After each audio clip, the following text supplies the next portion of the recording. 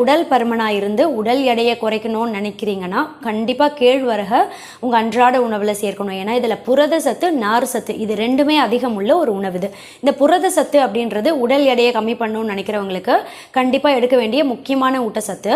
கூடவே நார் சத்தும் இருக்கு இல்லையா, இது ரெண்டுமே என்ன செய்யும்னா பசி உணர்வை கட்டுப்பாட்டில் வைக்கும். அதனால் நீங்கள் கேழ்வரகு ரெசிபி ஏதோ ஒன்று சாப்பிட்றீங்க, காலை உணவாக சாப்பிட்டுட்டீங்க அப்படின்னா உங்களுக்கு நடுநடுவில் ஜங்க் ஃபுட் சாப்பிடணும் அப்படின்ற அந்த ஒரு உணர்வு ஏற்படாது.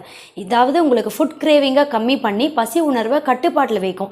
இதனால் உடல் எடை ஆரோக்கியமான முறையில் சீக்கிரமே கம்மி பண்ணுறதுக்கு ரொம்ப ரொம்ப உதவியாக இருக்கும். இந்த கேழ்வரகை காலை உணவு இல்லை மதிய உணவில் தொடர்ந்து அடிக்கடி எடுத்துகிட்டு வர்றது ஒரு பழக்கமாக வைத்தீங்கன்னா சீக்கிரமே உடல் எடை குறையும். பொதுவாகவே உடல் எடை எப்போவுமே ஆரோக்கியமான முறையில் பராமரிக்கிறதுக்கும் ரொம்பவே உதவியாக இருக்கும்.